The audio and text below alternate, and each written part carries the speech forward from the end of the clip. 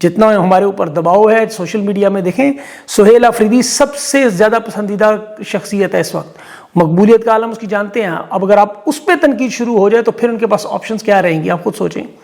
اب اس نظریے سے وہ جانتے ہیں پیچھے نہیں ہٹ سکتے، ورنہ وہ کبوتروں کو دانہ ڈالتے نظر لیے. علی مین گڈا پور کی ویڈیو دیکھیں، وہ کبوتروں کو دانہ ڈال رہا تھا ایک، یا کچھ دن پہلے گھوڑوں کے ساتھ کھیل رہا تھا. اب 2-2.5 سال وزیر اعظم رہنے کے بعد یہ شخص کتنے آرام سے سائڈ پہ ہو گیا. اور تحریک انصاف کو جو ڈینٹ پڑا اس پوری تحریک میں، جو نقصان ہوا کہ 3 بڑے احتجاج ناکام ہوئے، اور وہ تمام لوگ جو آپ کو پتہ ہے سرگرم تھے، ایکٹیو تھے، خان کے لیے جان دینے کے لیے تیار تھے، رہائی کے لیے باہر نکلتے تھے، جانیں مارتے تھے، انہیں مایوس کیا گیا، بد اعتماد کیا گیا. کچھ اس میں جیلوں میں چلے گئے، کچھ اس میں سے ملک بھی چھوڑ کر چلے گئے مایوس ہو کے.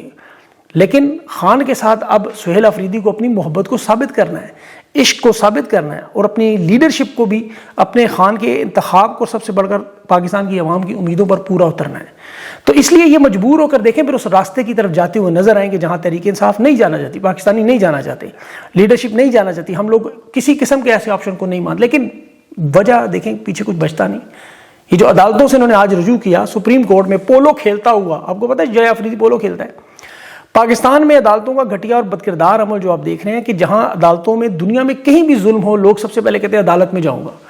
اب یہاں 26ویں 27ویں ترمیم کے بعد انہوں نے عدالتوں کو مسخ کیا، تباہ کیا، برباد کیا.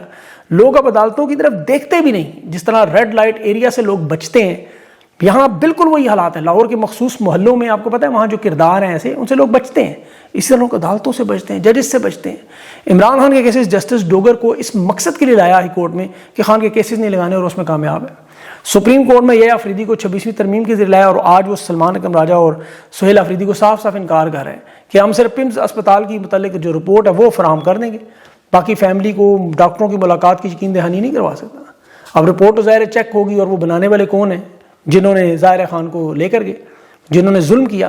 لیکن یہ ظالم اپنا انجام یاد رکھیں، یہ جو کچھ کر رہے ہیں، خان کی ملاقاتیں روک کے قید تنہائی میں ڈال کے، یہ جو ظلم اور جبر ہے، یہ اپنے انجام کو جو ضرور یاد کیا کریں، سوچا کریں. ہر ظالم کا پاکستان کی تاریخ میں کیا ہوا. پرویز مشرف یہ بڑے موقع ایسے دکھاتا تھا، طاقت کا اظہار کرتا تھا، لیکن جس قسم پرسی میں عبرتناک موت ہوئی، رات کے اندھیرے میں منہ پر رومال رکھ کے دفنایا گیا، اس کی قبر بھی چھپانی پڑی. جنرل ضیاء الحق کے ساتھ جو اس کی ہڈیاں وہاں گدھے کی ہڈیوں کے ساتھ مکس ہو کے قبر میں ڈالی گئیں. یحییٰ خان کس طرح وہ حراست میں خود ساختہ ریسٹ ہاؤس میں کیسی دردناک موت میں مرا کہ کوئی بندہ بھی پاس نہیں. اور ایوب خان کے گھر میں جو ہوتا رہا وہ بھی آپ جانتے ہیں کہ شرمندگی کے عالم سے دنیا سے گئے. تو یہ اب جنرل باجوہ کو دیکھ لیں، آج کل چوری چھپے چوروں کی طرح منہ چھپاتے ہوئے یورپ کے ممالک میں، اور وہاں گمنام قسم کے چھوٹے چھوٹے ریسٹورنٹس میں خفیہ انداز میں کھانا کھا کے بھاگنا پڑتا ہے. یہ خواجہ آصف کی میں ایک ویڈیو دیکھ رہا تھا ابھی، باہر جانے پر لوگ اس کے منہ پر وہ باتیں کہہ رہے تھے جو یہاں الفاظ دہرائے نہیں جا سکتے، جو فرانس میں جنرل باجوہ کو سنائی گئی. تو یہ طاقت، ابھی تو طاقت میں یہ حال ہے. ذرا سوچیں کہ جب یہ طاقت سے نکلیں گے تو لوگ ان کا کیا حال کریں گے. دیکھیں اس صورتحال میں یہ کس لیول پر گرے ہیں. میں آپ کو ابھی یہ شہباز شریف کی تقریر کا بتاتا ہوں، بڑی اہم. آج جو اس نے شہباز شریف نے باتیں کی ہیں، اس میں سب سے اہم نقطہ تھا کہ دنیا کے مختلف ممالک کے خفیہ دورے کیے ہیں، بتا نہیں سکتے، اور 7 فیلڈ مارشل بھی. یہ کس کا ذکر کر رہے ہیں؟ اب ظاہر ہے اسرائیل کے دورے کے متعلق آپ کو پتہ ہے بڑی ملاقاتیں، باتیں، ان سے پیکج مانگنے کے دعوے سوشل میڈیا پہ آتے رہے. اب شہباز شریف کی تقریر کے تناظر میں اس کی ساری باتیں سنیں. یہ پورا ایک اعتراف جرم تھا کہ ہم نے معیشت کو اس حد تک گرایا، تباہ کیا، دیوانیہ کیا کہ پاکستان کی خارجہ پالیسی تباہ کی.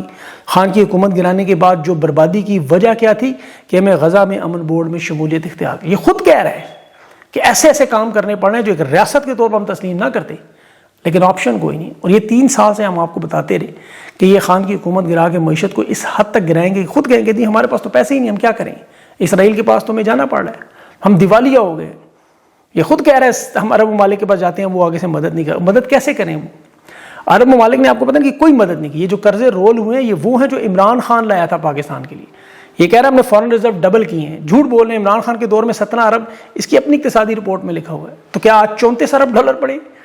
1 ارب کسی ملک نے نہیں دیا. انویسٹمنٹ تو چھوڑیں، وہ تو خود اعتراف کر رہے ہیں کہ ہم سے ایسی شرائط منوائی جا رہی ہیں ہم تسلیم نہ کریں لیکن مجبور ہیں. یہ براہ راست اسرائیل فوج بھیجنے والا معاملہ ہے، معدنیات کا معاملہ ہے. یہ جو فری لنچ وائٹ ہاؤس کا تھا غزہ کا، وہ نظر آ رہا ہے آپ کو. کرپٹو کرنسی، معدنیات، جھوٹے MOUs.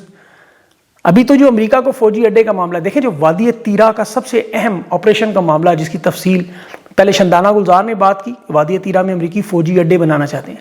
میں نے اس کی تحقیقات کی، اس کا محلِ وقوع چیک کیا تو بات واقعی درست نکلی. یہ 1.5 لاکھ لوگوں کی نقل مکانی جس طرح زبردستی منصوبہ نظر آیا کہ یہاں اسٹیبلشمنٹ اتنی بے قرار، فارم 47 کی حکومت بار بار پریس کانفرنسز کر رہے ہیں اور صوبائی حکومت پہ ڈالنا چاہتے ہیں. وجہ کہ یہ چلے بھی جائیں تو اڈے امریکہ کے پاس ہوں گے. ظاہر اس میں ایک تو معدنیات ہیں، تانبا، کرومائڈ ہے، نایاب دھاتیں ہیں، امریکہ کے لیے ہائی ویلیوڈ ہے. دوسرا جغرافیائی اعتبار سے اب جا کے چیک کریں نقشہ، وادی تیرہ خیبر پاس کے جنوب میں ہے اور پاکستان افغانستان کی سرحد کے بالکل قریب قبائلی گزرگاہیں ہیں، پہاڑی دریں ہیں. بڑا بہترین نگرانی کے لیے قدرتی طور پہ محفوظ راستہ ہے. اسی لیے اس کی اتنی اہمیت ہے کہ وہاں پر چین پر نظر رکھی جا سکتی ہے. ایران کے معاملے میں جس طرح وینزویلا کے معاملے میں آپ کو پتہ ہے چین کو روکنے کے لیے انہوں نے تجارتی بندرگاہوں پر، سمندری راستوں پر قبضے کیے. اسی طرح یہاں چین کے صوبے سنکیانگ پر نگرانی کریں، وسطی ایشیائی ریاستوں پر، ایران پر، پاکستان پر اپنی بالادستی رکھیں، روس پر نظر رکھیں. اور یہ ڈونلڈ ٹرمپ کا سب سے بڑا مطالبہ تھا بگرام ایئر بیس کا، آپ کو یاد ہوگا کہ مجھے ملٹری بیس وہ چاہیے ہر صورت میں، لیکن وہ نہیں مل سکی. ظاہر افغانستان نے تو صاف صاف انکار کیا. 20 سال اب وہ وہاں طاقت لگا چکے ہیں، طاقت سے تو نہیں لے سکتے. البتہ پاکستان میں اگر وادی تیرہ جیسی جگہ مل جائے تو پھر چائنا کے مغربی علاقوں کو بنسبت زیادہ قریب ہے. افغانستان اور چائنا کے پاکستان کی سرحدوں پر نگرانی کر سکتے ہیں، نظر رکھ سکتے ہیں. پاکستان کی حساس سرحدریوں میں جیسے وہاں پہ خیبر ہے، کرم ہے، یہ پورا ایک کنٹرول پوائنٹ ہے. غور کریں، آپ جا کے چیک کریں. یہاں امریکی drone, signal intelligence, strategic logistic, یہ سب کچھ ہو سکتا ہے. اسی لیے آبادی کو اس طرح نکالا گیا ہے، سیکورٹی زون تک وسیع کریں ہم، اور وہاں بعد میں انفراسٹرکچر سڑکیں بنا کے گھیر لیں. بہرحال یہ آپ خود چیک کیجئے گا. پنجاب کے حوالے سے بڑی اہم گفتگو جو مریم نواز کے مظالم کا نیا شاہکار نظر آیا. مریم نواز نے خطاب کیا، پریس کانفرنس آپ نے دیکھی تھی، اداکاری کے جوہر دکھائے. ہم نے تو خیر اسے، ہم ٹی وی نے اسے ایوارڈ بھی دیا جس کا لوگوں نے بائیکاٹ کر دیا، لیکن جیسے چچا ہر جگہ پہنچ کے نچلے عملے کو معطل کر دیتا تھا، یہاں بھی شرمندگی سے بچ کے مریم تو ہاتھ اٹھا کے اداکاری کی. کمشنر، ڈپٹی کمشنر جواب دیں، اور آخر میں کسی خاک و روب کو، صفائی کرنے والے کو معطل. ریمنڈ ڈیوس کی جو وکیل کی صاحبزادی ہیں عظمیٰ بخاری صاحبہ، انہوں نے کہا میں شرمندہ ہوں فیک خبر، معافی مانگ لی. لیکن صحافیوں پر، سیاستدانوں پر پیکا ایکٹ لگا کے ان کو گھروں سے بال بچوں سمیت اٹھوایا انہوں نے. فلک جاوید آج بھی جھوٹے الزام میں جیل میں ہے، جھوٹے الزام میں. اور پاکستان میں تھوڑا سا اگر قانون ہوتا تو پیکا ایکٹ کہتا کہ عظمیٰ بخاری جیل میں ہوتی، مریم نواز معطل ہو کے گرفتار ہو چکی ہوتی. کیونکہ ان کی سفاکیت کی وجہ سے ایک معصوم عورت جو کہ امید سے تھی، حاملہ تھی، اس خاتون کی ایک بچی، یعنی 3 جانیں گئی ہیں غفلت اور سفاکیت سے. اور یہ نعوذ باللہ اپنے آپ کو حضرت عمر رضی اللہ عنہ کے دور سے ٹھہرا. اندازہ کریں عورت ہو کے، خیر یہ میں میرے ساتھ بہرحال. اور ابھی کراچی کے لوگ تو یہ کہہ رہے ہیں شکر ہے لاہور کے لوگوں کی طرح ہم صرف گٹر میں گرتے ہیں، ہمارے پیچھے ورثہ اور دفنا دیتے ہیں، ان کو تو پھینٹی کوئی نہیں دیتا. یہاں تو مرنے کے بعد ورثہ کے ساتھ جو ہو رہا ہے مار پیٹ، تشدد. اس خاتون کے لاپتہ ہونے کے بعد اس کے خاوند کو بہت مارا پیٹا گیا، تشدد کیا گیا کہ 2 دن وہ کیمرے کے سامنے نہیں آ سکا. اب اس کو لائے تو اس نے آتے ساتھ ہی کہا یہ SHO اور SP بلال دونوں تشدد کرتے رہے، اور اسے ڈھونڈنے کے بجائے خاتون کو میرے اوپر قتل کا الزام لگا رہے. اور پھر کہتے تھے گھر سے بھاگ گئی. مطلب کتنے بحث لوگ ہیں، اندازہ کریں کہ حادثے کا شکار ہونے والے ورثہ کو کہنے تمہاری بیوی بھاگ گئی. ثانیہ مریدکے میں 26 نومبر میں یہی کیا انہوں نے. پنجاب پولیس سے بیان، یہاں بھی انہوں نے انگوٹھے لگوائے سادہ کاغذات پہ. اور ذلے شاہ کے خاندان کے ساتھ جو وہ آپ کو پتہ ہے ارشد شریف شہید جیسے بڑے صحافی کے، انٹرنیشنل صحافی دنیا کے، اس کا عدالت میں کیس آج تک نہیں رکھتا. بہر انٹرنیشنل حالات میں بھی آپ کو بتاؤں جو اہم معاملہ ایران سے اور پاکستان سے بلکہ جڑا ہوا ہے، کیونکہ اثرات براہ راست پاکستان پہ آنے. ایران کی جنگ میں عرب ممالک کے بعد سب سے زیادہ متاثر ہونے والا ملک پاکستان ہے. یہ ابھی امریکی اسٹریٹجک ادارے کی رپورٹ آ گئی ہے، اور اس میں جو تازہ ترین خبر ہے کہ امریکہ جس طرح وینزویلا میں آپریشن کر کے ایسے ہی ایران میں آپریشن کا فیصلہ کہ یہاں ایرانی سپریم لیڈر کو اغوا کریں. ایران نے جواب دیا کہ آج پھر کمانڈوز ہمارے بھی تیار ہے، فوج ہماری بھی تیار ہے، پر خوشبو ضرور لا کے آئے ہو. ہم ایرانی سپریم کمانڈر سمیت 4 اہم لوگوں کی لیڈرشپ بیک اپ تیار انہوں نے کیا ہوا ہے. اب دیکھیں 2-3 وجوہات ہیں. امریکہ کا یہاں سب سے بڑا مسئلہ کیا ہے؟ چین کی توانائی کے منصوبے، یعنی تیل کے معاملات کو روکنا ہے. وہ آپ کو پتہ ہے، میں نے پہلے بھی بتایا، جوہری تنصیبات تو بہانا ہے. ان کو ابھی تک یہ یقین نہیں ہے کہ ایران کے پاس ایٹم کی صلاحیت ہے یا نہیں، ہتھیار ہے یا نہیں.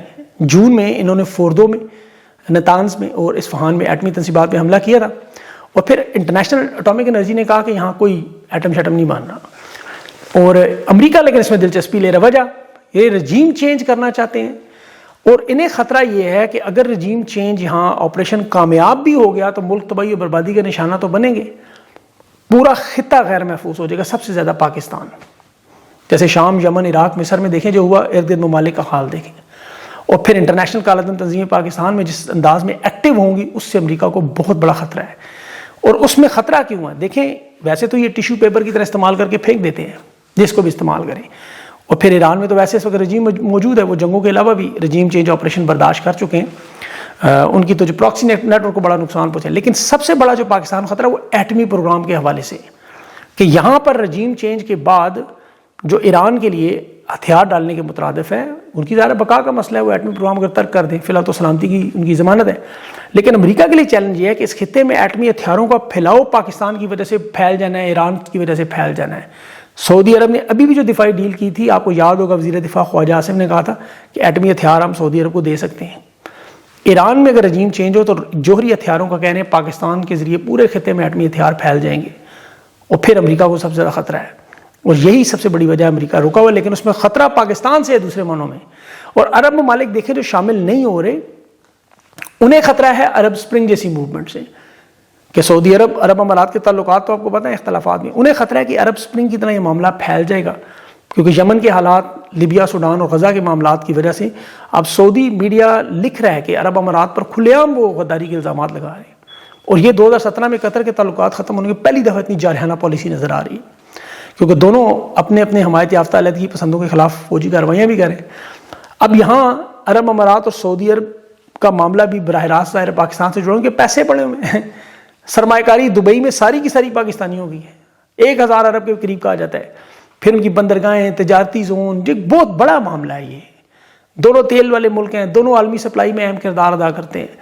اور عرب امارات کے تو آپ کو پتہ ہے ابھی پوٹن کے ساتھ جو تعلقات ہوئے, اس کی میٹنگ ہوئی. اب دنیا میں اس وقت جو لکیر کھینچی ہے, ہر کوئی امریکہ سے جان چھڑا کے ہر ملک دوسری آپشنز کی طرف جا رہا ہے, سوائے فیلڈ مارشل اور شہباز شریف حکومت کی جو امریکی کیمپ سے نکلنے کو تیار نہیں. حالانکہ اس میں رہنے کا کوئی فائدہ نہیں ہو رہا, نقصان پہ نقصان ہو رہا ہے. بہرحال دیکھیں اب ہوتا کیا. ابھی طریق صاحب کا اجلاس چل رہا ہے, بہت ساری مور معلومات بھی آ رہی ہیں میرے پاس. انشاءاللہ اس کے بعد جو ہے پاسبل ہے کہ اب آپ نے اسد اللہ خان کے ساتھ میرا انٹرویو دیکھنا ہے لازمی. اس میں آج ہم نے بڑی تفصیل سے ڈسکشن کرنی ہے.